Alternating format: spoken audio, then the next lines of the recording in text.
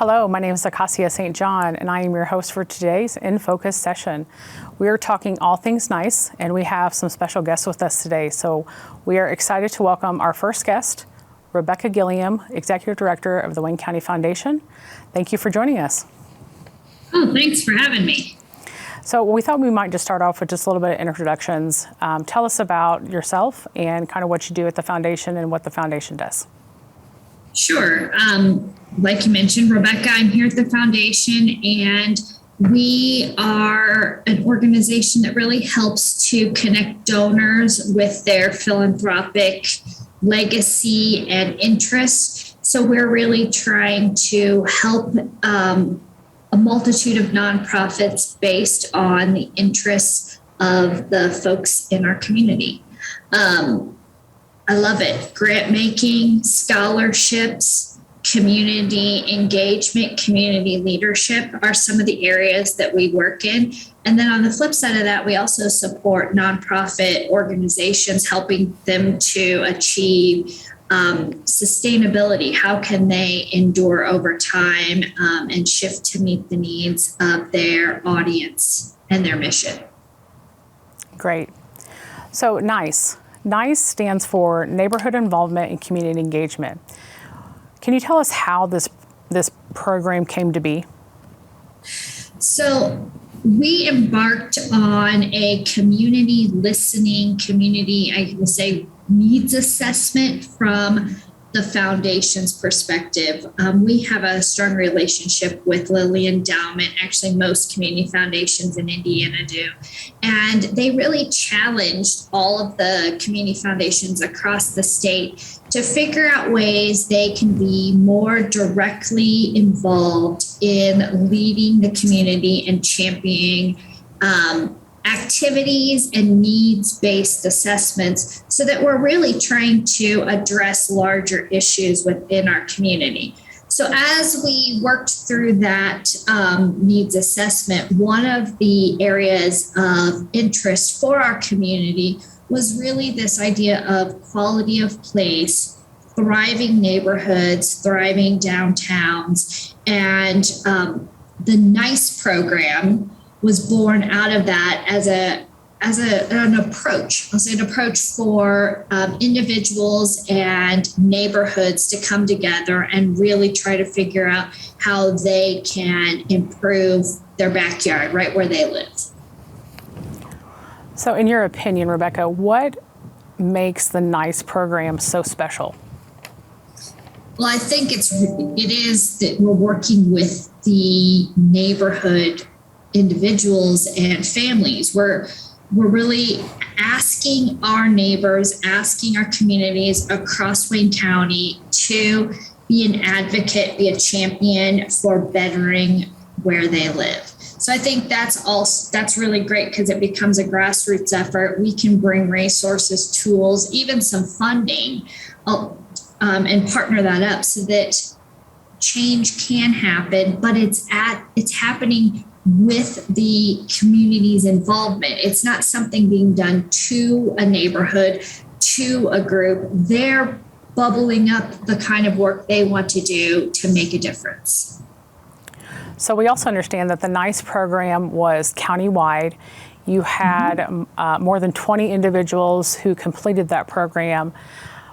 You know, I think that is a piece that we don't often talk about, is that, you know, this idea that it was really across the county.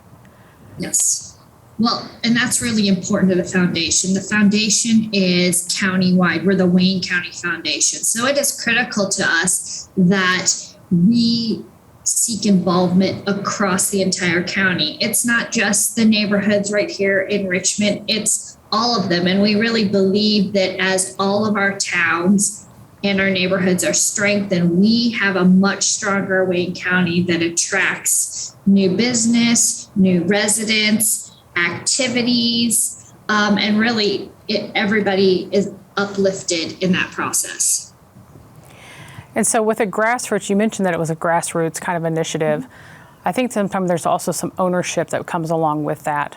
And so neighborhood development is one asset. and one component of community development.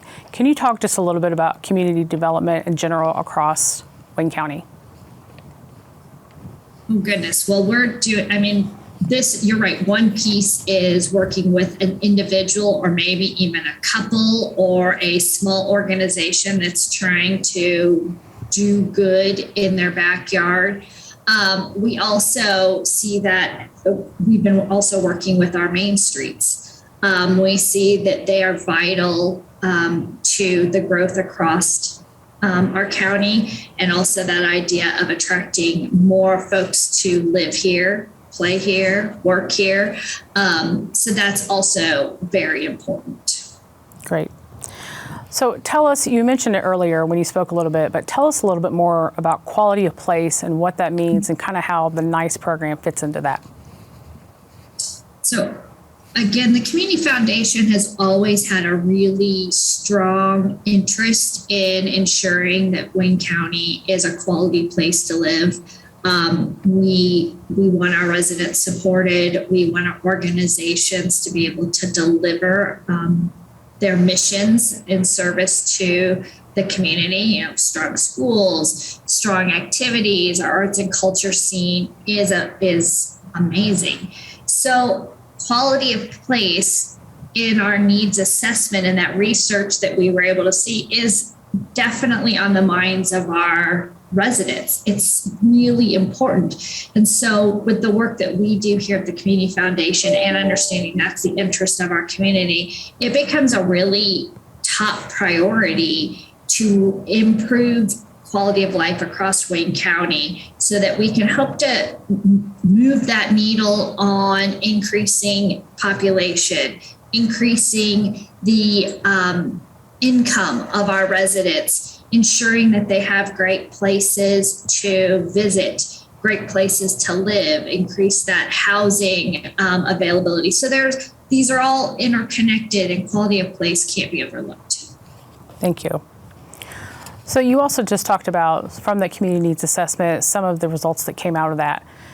We also think about engaging younger donors, engaging younger populations in the fact of how do they really make things better for their county, right? So can you talk a little bit about visual impact and social engagement? Sure. So a community foundation relies on a lot of donors coming together, and then we're able to make larger impact because we can offer more dollars going back into either a specific project or a range of projects. However, there's another piece to that, and we have the opportunity to impact through community projects that are, I'll say those quality of place ones, but we invest all of the donor gifts. We use company outside of Wayne County, very typical, where you're trying to get a return on your investment so that more money can go back into the community. However, what if you were able to take a portion of that and invest it into a project where you could see return on that investment right in your backyard? Maybe that project comes to completion today or tomorrow. And I think that's a very exciting opportunity for especially our younger donors, because it's hard to think about putting something in and investing it for way down the line in the future. It's much better to be able to say, yes, my dollars are making an impact right here in my backyard today, and I can come in with a variety of other donors and investors and really champion that growth and impact right in my own backyard. So when we talk about social engagement, one of the other assets of the NICE program was the fact that people were being engaged and it was voluntary. So how do you recommend residents around the county, maybe business owners, others, to engage, not just with the foundation, but how do they engage better with their communities? Well, these things are happening, and it's saying yes. So whether that's with your Main Street organization, who a lot of them are doing some combination of event work and economic development, whether that's trying to strengthen their businesses or maintain those building structures, it's saying yes to being a part of that. None of our towns are all that large, so everybody is needed to make that happen. Also, it could just be in your own neighborhood. So how are you as neighbors ensuring that your neighborhood is, a nice place to live, safe, maybe that you actually know your neighbors, that you go outside and meet the folks who are living next door to you. Those are the small things that every individual can do that will strengthen our quality of life right here in Wayne County.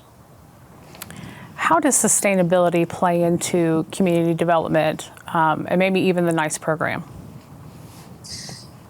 Well, so there's a variety of parts, but so the way the foundation looks at how we get involved is we have an opportunity to catalyze movement. So it's providing the tools. So does a neighborhood group have the understanding of what it takes to grow a neighborhood association or a group who wants to come together around a specific project? Do they have the tools available to them, and do they know how to do that?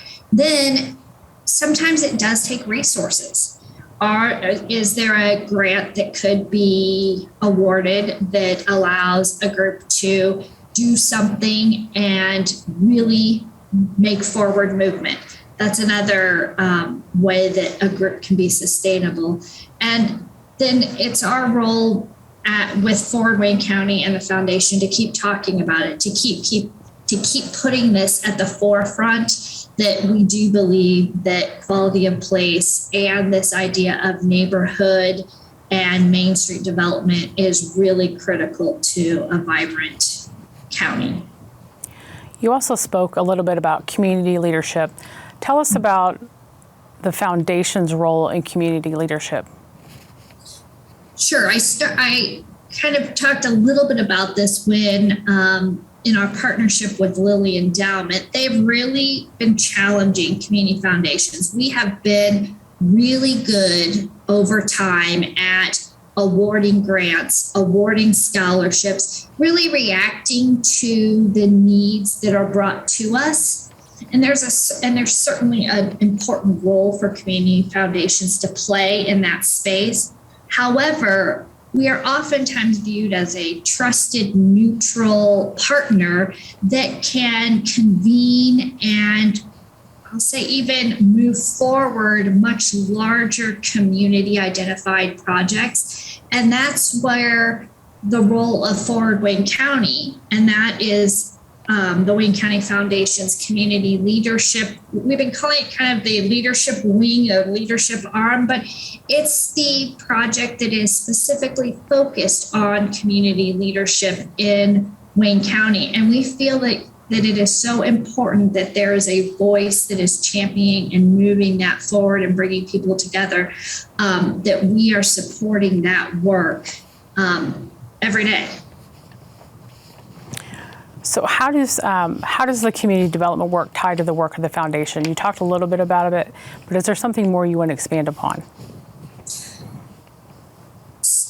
When we can do grant making, and that is incredibly important. We know that there's a lot of needs across our county, but if we can bring together public, private, and philanthropic dollars all at the same time, we have an opportunity to make a larger impact-driven investment into a project. We can also be that spark or that catalyst to get something going, and then ideally there'd be momentum that is gathered and it's able to continue, and then the foundation can step away and work on the next area of greatest need. So we see that we have an interesting role to play, and there's lots of foundations across the county, a lot across the state, and actually nationally,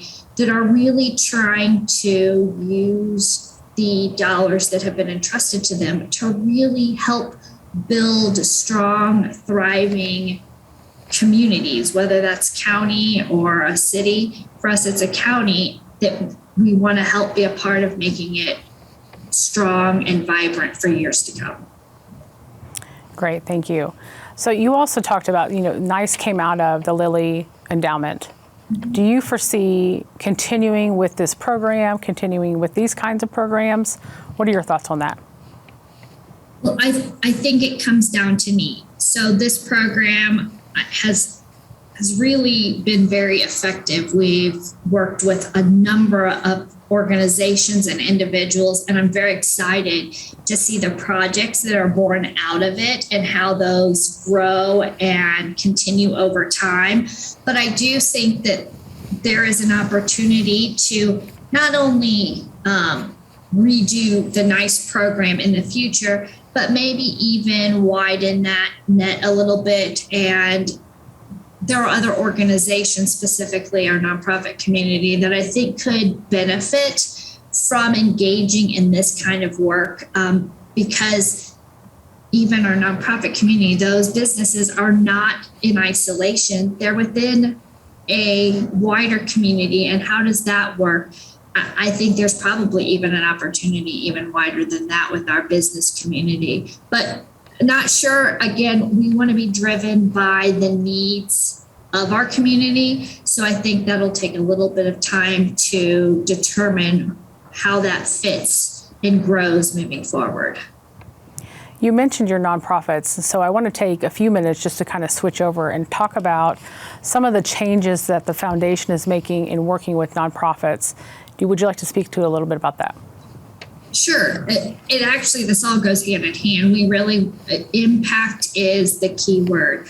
So we are wanting to develop much stronger relationships with our nonprofit partners to really understand their needs, to understand what would help them make their organization stronger, what kind of grant dollars are needed to sustain their operation or grow if that's part of their goals, or to even bring on a project that they've had waiting in the wings because they know that there is a need in the community.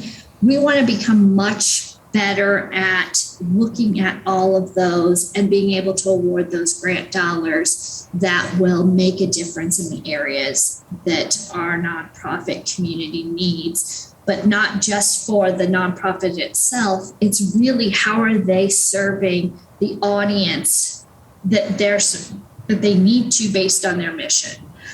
So that we've made a few changes. We're, instead of one grant cycle a year, we're going to 3 grant cycles within the calendar year to give a lot more flexibility and to give time for conversation and really a deeper understanding of the needs of our organizations and those that they serve. And the Wayne County Foundation, does it have specific areas of focus in terms of the grant making? Some foundations do, but I don't know that that's true for the Wayne County Foundation. No, we certainly want, what we ask our nonprofits is to help us understand what needs they're addressing. So we understand that the county is big enough that there's a wide variety of needs across the county, and it doesn't look the same in all parts of it. So instead of asking for specific areas that the organization has to address, we want to understand what needs they have identified and how they are uniquely positioned to address those within their community and what funds are required to do that. So I wouldn't say we have a specific area, but it should be needs-based and understanding audience. You also spoke earlier about impact. So reflecting on 2021, what was the impact across Wayne County from the foundation? Well, we're really good at talking about dollars and that kind of impact. So certainly we're very fortunate that we're able to put a lot of dollars back in through scholarships of students wanting to continue their education. Also grant making. We certainly do a lot of that.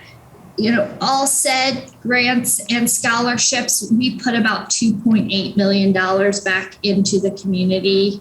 We put that in last year, and that's the generosity of individuals and families across Wayne County. That's what's so amazing, is that our county is filled with folks who want to see vibrancy, greatness. They want this to be the place that they were for future generations that they had as they raised their families here. So it's pretty incredible how the foundation facilitates that funding going back into the community.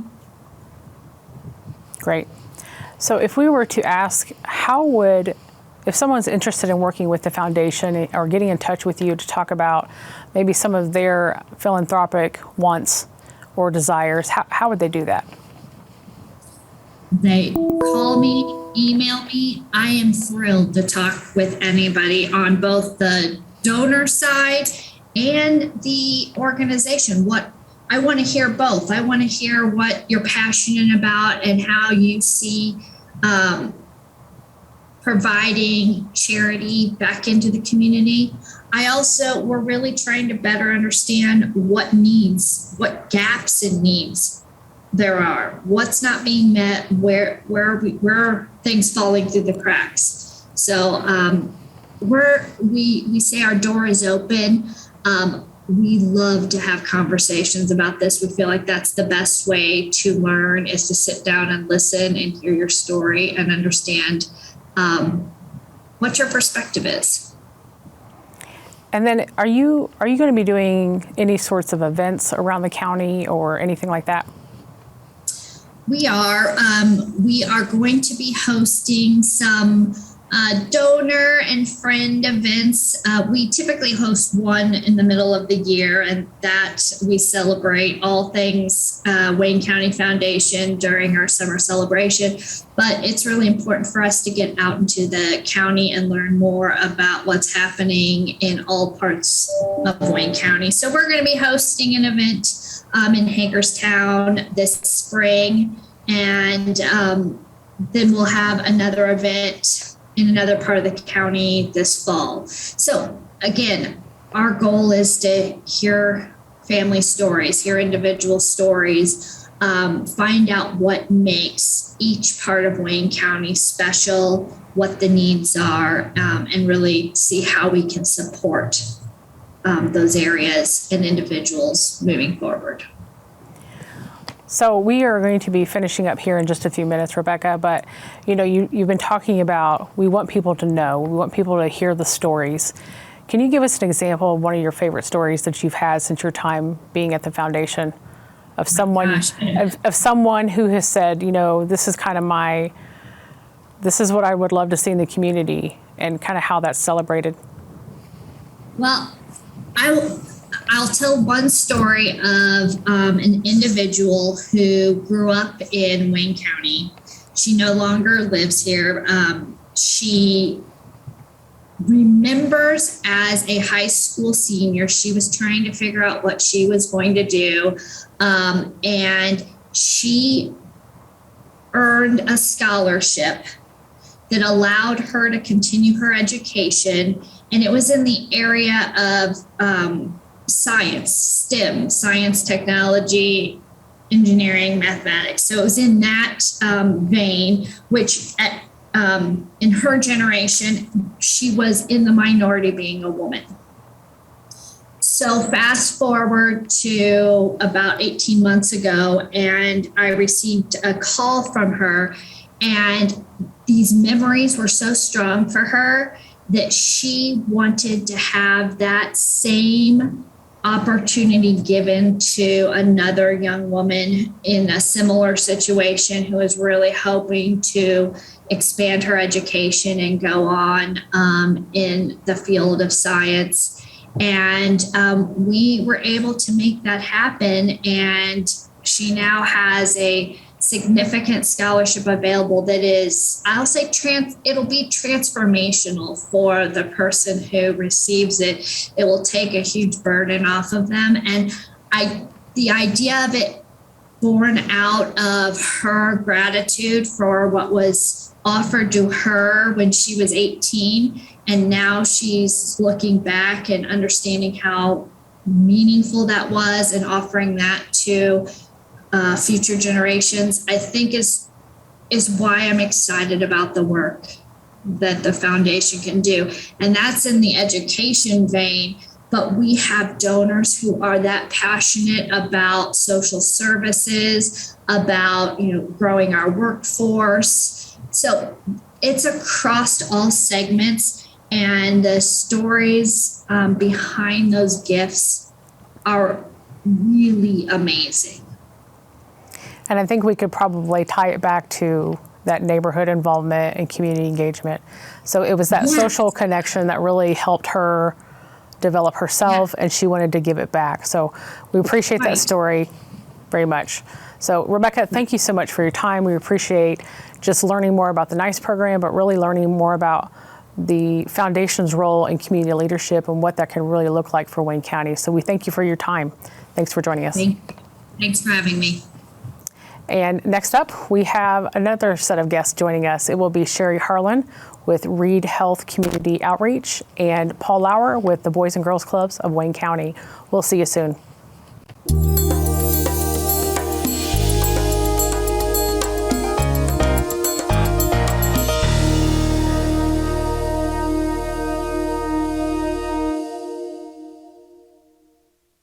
Hi, I'm Sharrie Harlin Davis, program host for Reid Beside You. Join us on our next episode where we will discuss an active lifestyle, active brain, with members from our athletic training clinic and our new program, Love Your Brain. Join us Thursday, 8 o'clock, Channel 20, WETV. We all want to remain in our home, but sometimes obstacles in the environment stand in the way of our independence. Things like going up a few stairs can be insurmountable. Getting to the store can be complicated. Clearly hearing a speaker in order to be part of the conversation can be overwhelming. Everyday reading can be more stressful than relaxing. Even pouring coffee can turn into a hot mess when it is difficult to know how much liquid is in the cup. The Independent Living Center of Eastern Indiana is an information and resource center that empowers people with disabilities. Check us out and learn about what we offer to assist people who wish to remain independent and at home.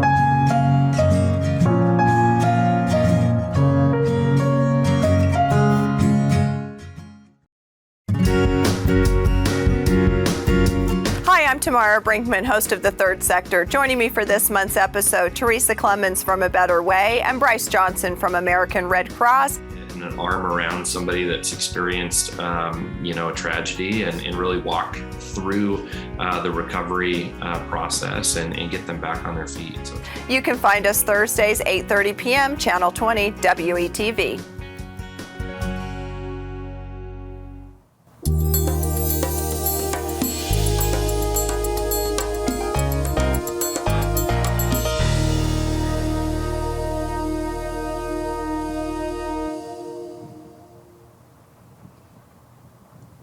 Welcome back. I'm Acacia St. your host for In Focus. And with us, we have two new guests, Sharrie Harlin Davis and Paul Lauer. We want to take just a moment for you guys to introduce yourselves. So Sharrie, we'll get started with you. I'm Sharrie Harlin Davis. I'm the Community Outreach Coordinator for Reid Health. Welcome. And Paul. Hi, I'm Paul Lauer, and I'm the Director of Grants and Data for the Boys and Girls Clubs of Wayne County. So we are talking about NICE today, Neighborhood Involvement and Community Engagement. It was a 6-part series on asset-based community development, really from a resident and grassroots perspective. So we want to also just talk a little bit about the program to start, and then we'll get directly into your joint project that you have. So Sharrie, why did you take part in the NICE program? Actually, I'm really involved in anything that says community. I like to be attached to. And it was a great process for me because I got to meet some people that I hadn't met before, and that's unusual for me. So, as well as to come up and listen to various projects and different thoughts and how you can work better within the community was a plus for me. Thank you. Paul?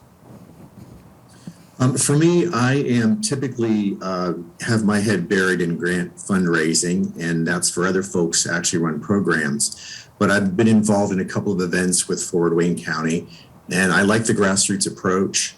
I think for the challenges we have, it's great to get into communities and neighborhoods and approach things on a very individualized basis. I think it's helpful. And then along with that, to enjoy some training and maybe even some grant dollars for the Boys and Girls Club to strengthen opportunities outside of a club's walls, that was also appealing to me. Great. So again, we'll kind of go back to what was one thing that you learned, Sharrie, from the NICE program that I think really helped you propel some things forward?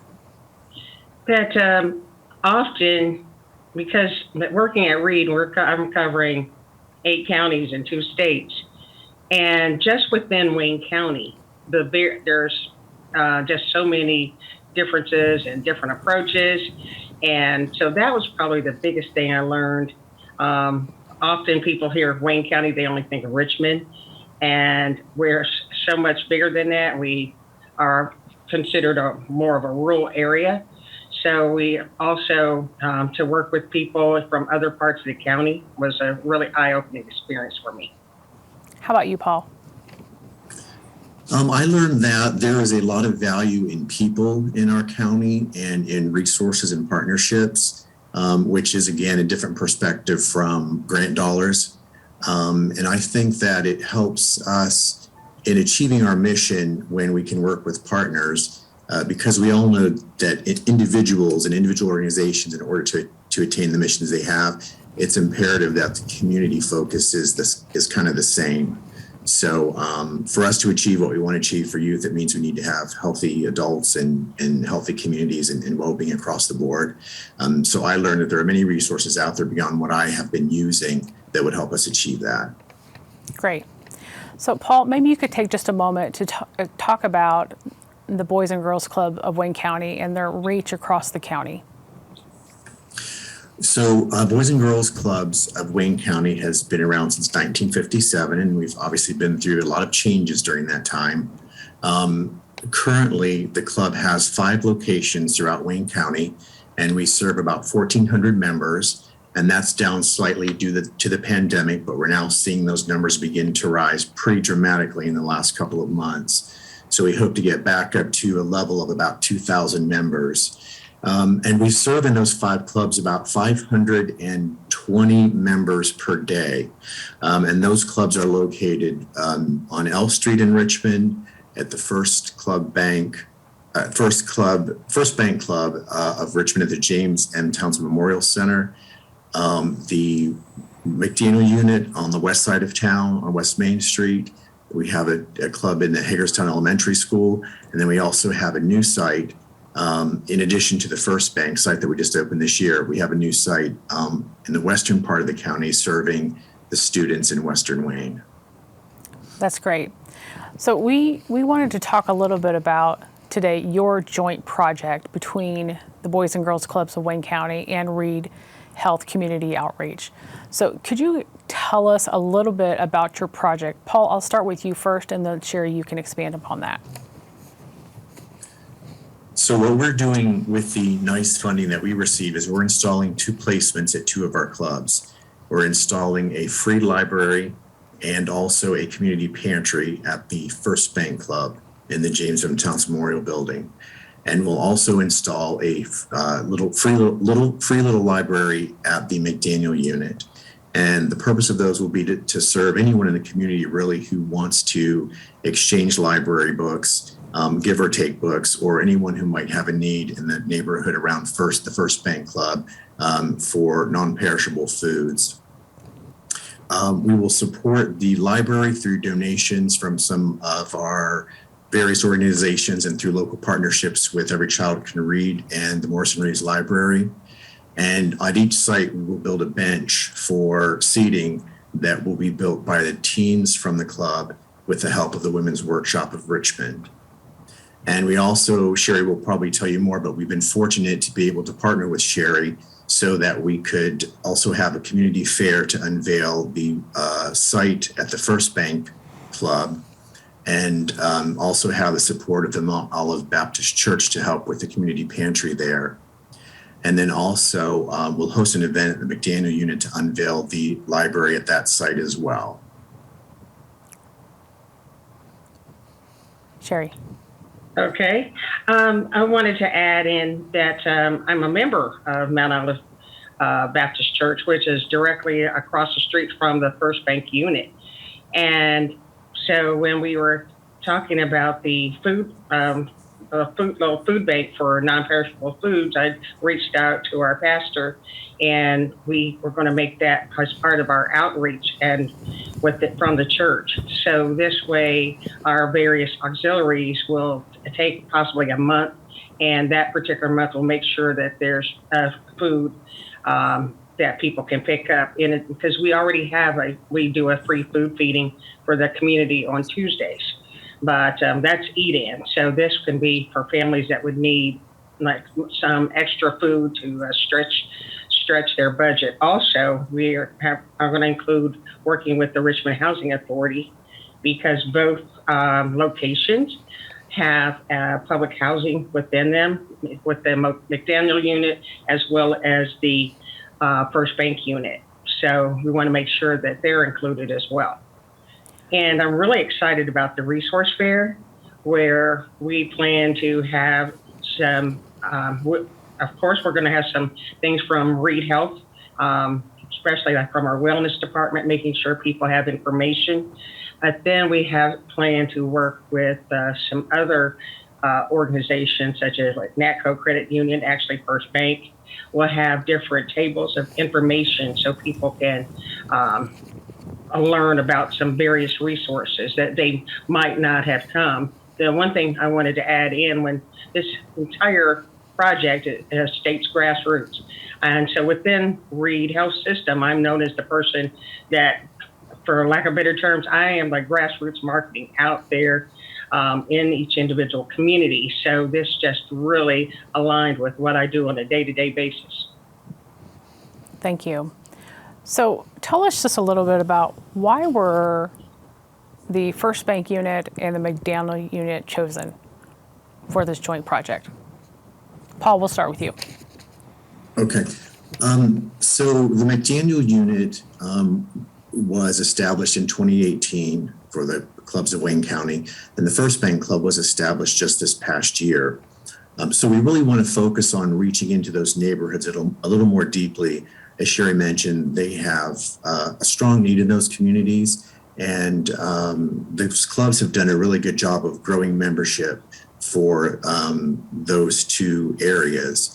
So while the L Street is definitely a fixture in Richmond and may be in line for a library box one day, we really wanted to focus on these two clubs and building a little more of a connection to the neighborhoods around those two clubs. And Sharrie? Yeah. And another thing, both neighborhoods are kind of going through transitions. When I was growing up in Richmond, I lived a block from that unit and spent most of from the time I was 5 on up going to Townsend Center per se. And now so many of the houses are not there anymore. I used to know every single person in every single house, and with the changing neighborhood, that we don't. So hopefully, we're trying to have events there to educate the people in that neighborhood to see some different things that they have, as well as in the McDaniel unit.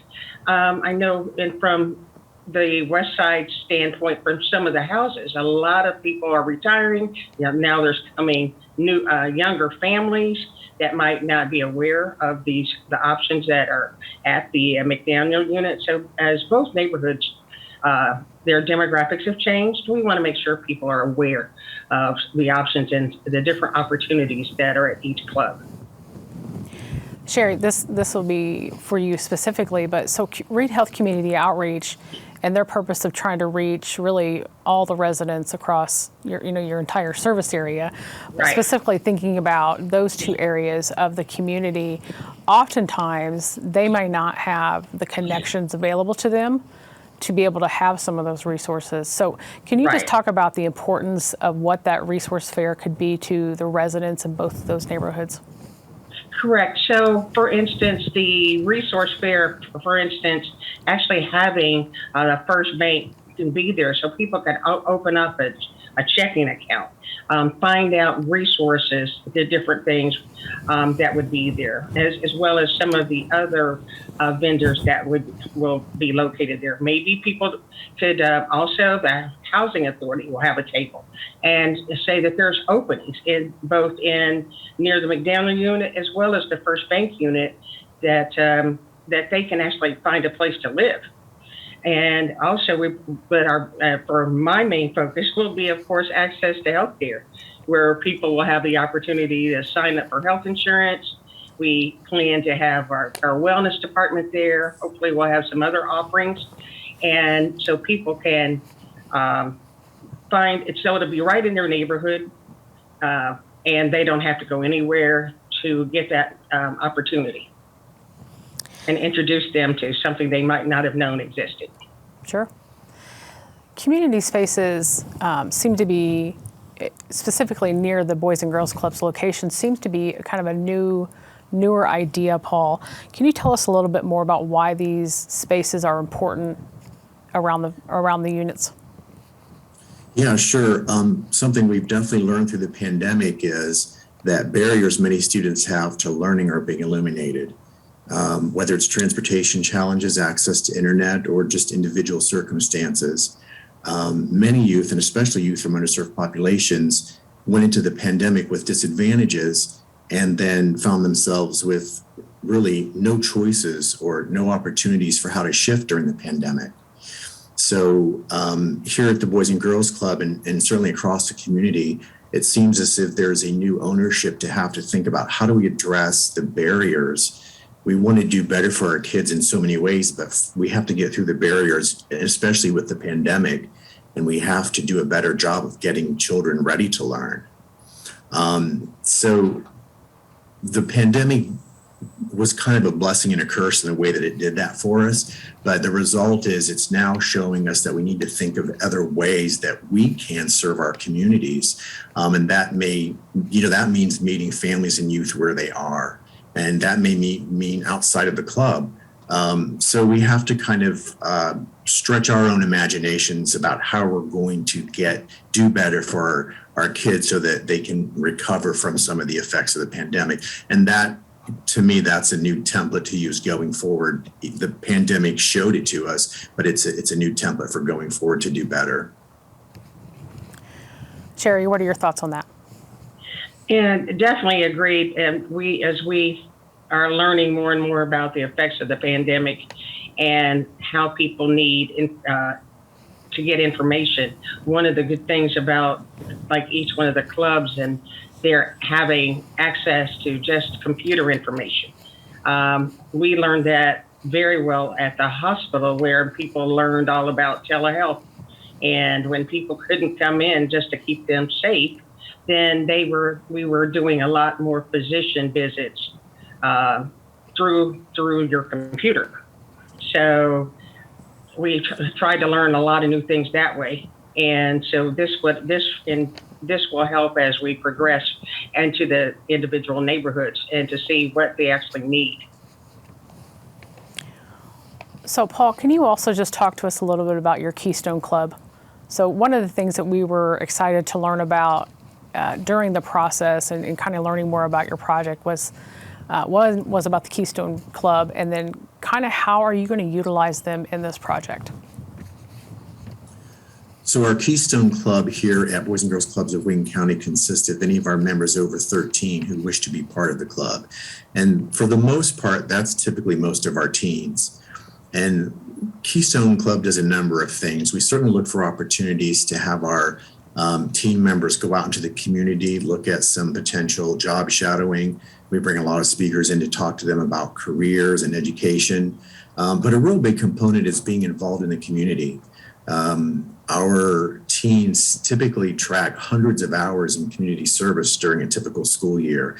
And that may be visiting nursing homes or helping with landscaping around the community.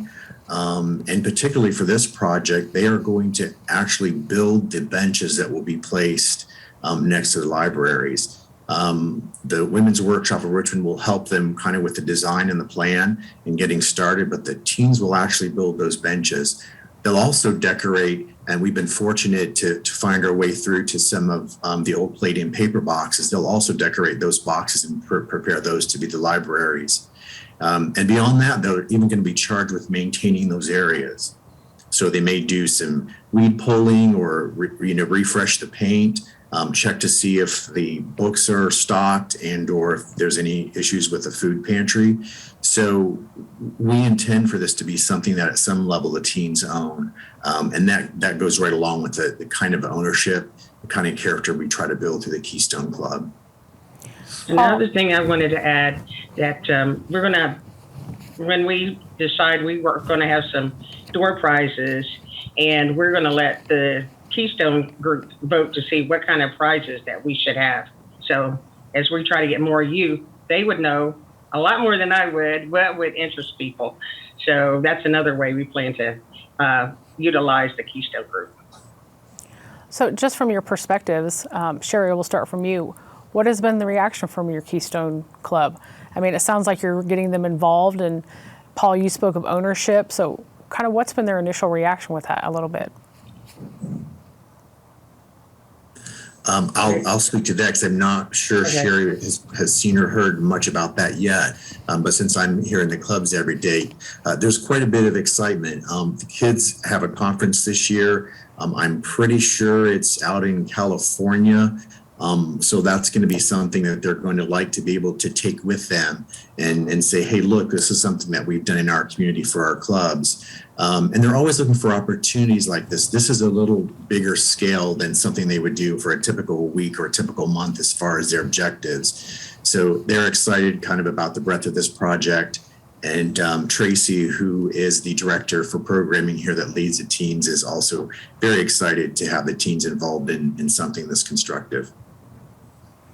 Sharrie, we think that's a great idea that you're going to have them pick out the prizes. I mean, just having not just the ownership part of it, but just a stake in that process of how they are engaging their own neighborhoods, I think speaks volumes to the work that you guys are doing. So, Sharrie, we'll start with you. What has happened as people have heard about your joint project? What is starting to happen? We hear some good things are happening.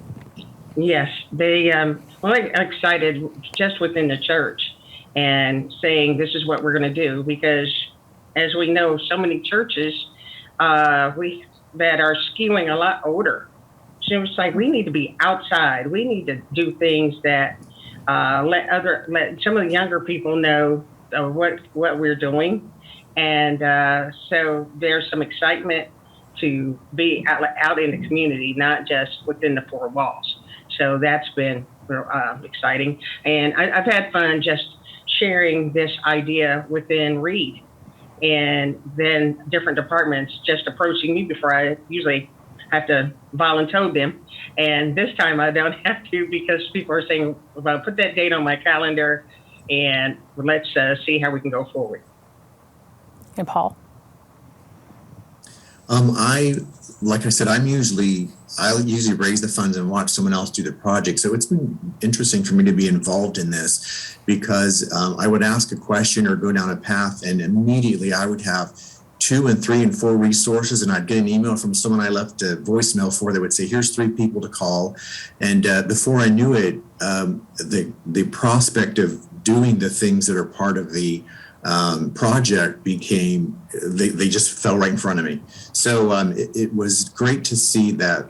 And of course, anyone that I talked to said, if you end up needing books, or if you end up needing food, or if you end up needing this, here's more resources. So it was an eye-opening experience for the momentum you can build when you start to partner with some folks in the community. So that's been awesome. And when we talk about partnering with the community, I think that is something that's been truly just what we call the spirit of Wayne County. As good things are happening, people want to join that. And so what do you, Paul, we'll start with you. What do you want Wayne County residents to know about this project and what they can do as well? Yeah, the intent of this project is really to provide some positives in neighborhoods and communities with the intent that that will grow the positives, kind of like creating a web of good to counteract the many challenges that we have. And it's a very easy process to support these boxes, and that is give a book, take a book. If you feel like you have a need, visit the food pantry and bring some and take something that you need. And if you feel like you can afford it, then bring something to the pantry. So these are ways that you can be helping your community so simply and so easily, but to grow that positive momentum in these communities and neighborhoods that I think is essential to improving outcomes in the bigger picture. I'd like to add with the food pantry, we're saying that our churches, we're going to make sure, but it's open to anyone in the community. So if you find you have 4 extra boxes of spaghetti, we'll take it. And we'll very happy to partner with whoever would like to. The other thing is, this is just showing within the Wayne County community how you can work with everybody. You know, a lot of times people say, I'm not sure if I know enough to do that. Yes, you do. So just having a lot of different voices at every table is always such a bonus, because Paul was thinking one way, I might think a different way. And then together, it's like, oh, I never thought about it that way. So just getting the different voices to work together has been a bonus for us. And Sharrie, I think that you spoke to it very well. The NICE program has always been intended for, anyone can take it. And I think the other part of that is that grassroots. So the NICE program, which again stands for Neighborhood Involvement and Community Engagement through Forward Wayne County, is a 6-part series on really asset-based community development. And the idea is that everyone has ideas. Maybe it just takes a little time to massage it into implementation, but I just think about the work that has occurred over not just a 6-week period, but then the thought. And so when the funding was opened, all of a sudden, 2 groups that, and me being with Forward Wayne County, 2 groups that would probably have eventually in some capacity worked together just for the nature of the work that you do, presented a proposal that was really just kind of eye-opening for us as well. But again, it starts with the person. And so I like that you spoke to, everyone has ideas, you can do it, and there's possibilities that are just all over Wayne County. And so we're excited to kind of see to that fruition. So I thank you both for joining us. Paul, just real quickly, if someone wants to learn more about the Boys and Girls Clubs of Wayne County, how would they contact the club? You can review, look at us on the internet at www.bgcrichmond.org. You can call us here at the main branch, 765-965-6922. You can get all the information you need from there. Thank you. And Sharrie, if someone wanted to engage with Reid Health Community Outreach, how would they contact your group? The easiest way, because I'm always out and about, is that 765-238-5178, or they can contact me at sharon.harlindavis@reidhealth.org. Thank you. Well, again, thank you both so much for joining us. Thank you also to Rebecca Gilliam, who joined us earlier. And thank you to the viewers. This has been your In Focus for this week, and we are excited just to see these projects come to fruition. And so until next time, we'll see you then. My thanks to Acacia St. John and her guests for bringing back In Focus for us here on Whitewater Community Television's WGTV Channel 11. We appreciate her. Acacia will be sitting in the host chair about once a quarter, bringing you information on what's happening with Forward Wayne County and other things that she and others are working on in the community. So we appreciate that. There will be other guest hosts of In Focus as we continue also. A couple of things to remind you of. First of all, we lose an hour of sleep this weekend as we spring forward for daylight savings time. Don't forget to set your clocks forward beginning at 2 a.m. on Sunday morning. The Winters Farmers Market will continue through April in its current location at the Star Jeanette Historic Site. It's 101 South 1st Street. Lots going on with the Richmond Parks and Recreation Department. As we head into spring, the spring cleanup begins. Couple of dates to put on your calendar: the 25th of March and the 26th of March. The 25th of March from 9 to 3, the cleanup will be at Middle Fork Cove. 26th from 10 to 2, it will be the Middle Fork Reservoir Service Area. You bring long pants, closed-toed shoes, bug spray, personal gloves if desired. The parks will help supply trash bags, trash grabbers, tools, and other equipment, help clean up our area. The Richmond Parks and Recreation Department are also hiring, looking for some part-time maintenance laborer, floral laborer, marketing and development coordinator. You can see a list there on the screen if you're watching on WGTV Channel 11 or on our video on demand site. Full-time workers also needed: maintenance supervisor, maintenance laborer, and an administrative assistant.